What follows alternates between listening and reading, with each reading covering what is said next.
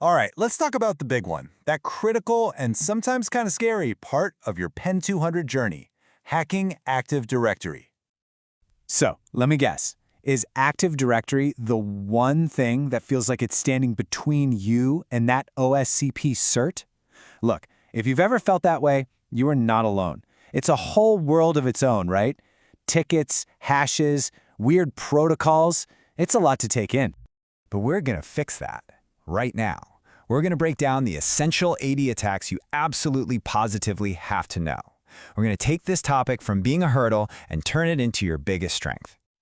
Okay, first things first. Before we can break the rules, we got to know the rules, right? So let's do a super quick review of how AD authentication works, because this is the foundation for everything we're about to do. You're going to run into two main protocols, NTLM and Kerberos. NTLM is the older, simpler one. It uses a challenge response system. But the modern default, and the one we really care about, is Kerberos. It's all based on a system of tickets. And you guessed it, those tickets are exactly what we're going to learn how to abuse. So how do we get in? The first step is always getting that initial foothold inside the domain. And this, my friends, is where the fun really begins. First up is an attack called ASREP roasting. Now, the name sounds kind of complex, but the idea is actually super simple. It targets user accounts that have one specific setting turned off, Kerberos pre-authentication. When that's disabled, it's like finding a door with no lock on it. So the plan is a clean three-step process. 1. Find those misconfigured users. 2. You just ask the domain controller for a ticket for that user, and it just gives it to you. No questions asked.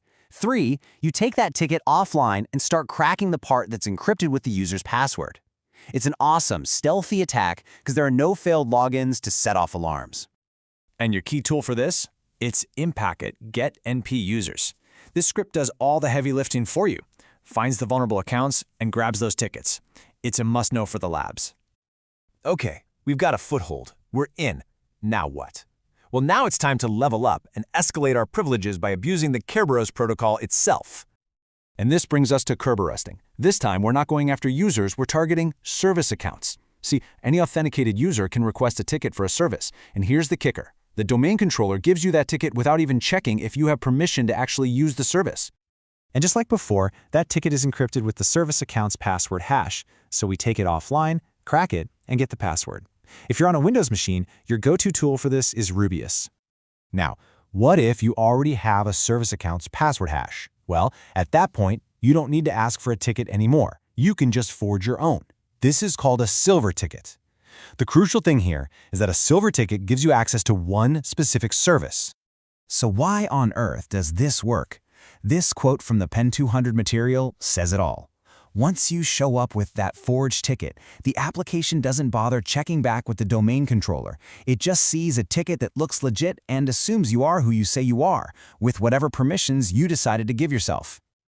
To cook one of these up, you need 3 key ingredients: the service account's password hash, the unique domain side, and the SPN of the service you're trying to hit.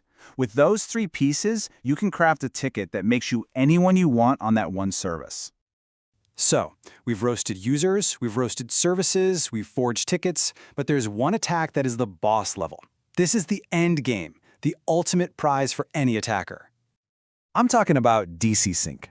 With this attack, you're not just getting one password. You're basically impersonating a domain controller, walking up to another DC and saying, "Hey, I'm a DC too. Let's sync up. I need you to replicate all your user password data with me. And if you have the right permissions, it'll give you the hash for every single user." The Mimikatz command for this is devastatingly simple. You can target any user you want, but the real prize, the key to the entire kingdom, is that special KRBTGT account. This is the master account whose password hash is used to encrypt all Kerberos tickets.